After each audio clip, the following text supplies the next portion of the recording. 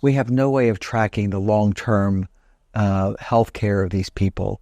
An example, a nurse was shot in the operating room. His knee was blown across the room.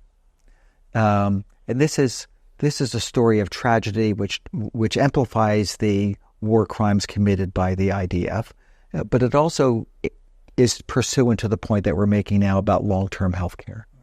So this is a tax-paying, productive, highly skilled member of the Gazan society, helping other Gazans who are injured. He's closing a wound in the operating room. During that closure, an Israeli soldier, I believe it was the Kuwaiti hospital, but I could be wrong, and it is an IDF soldier comes in and orders him to leave the patient who's still asleep on the table. He refuses to. The nurse gets his knee shot and his tibia bone, the bone right below the knee, the bottom half of the knee, gets blown across the operating room. He's missing this much of his shin bone by the knee. He gets operated on that day himself to save his life and to save his leg. They fill the defect with medical plastic, cement.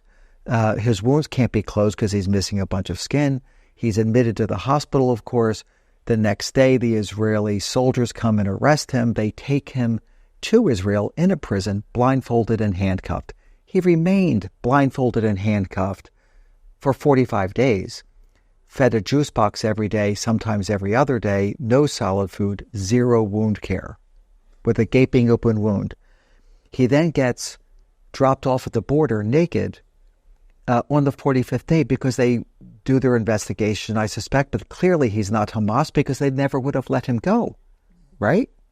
So he crawls for 3 kilometers, blinded in one eye because there's a going away present. He gets a rifle butt in his right eye. It explodes in his head, right? His eye liquids are dripping down his face. He crawls in the dirt. Somebody finds him naked, brings him to our hospital.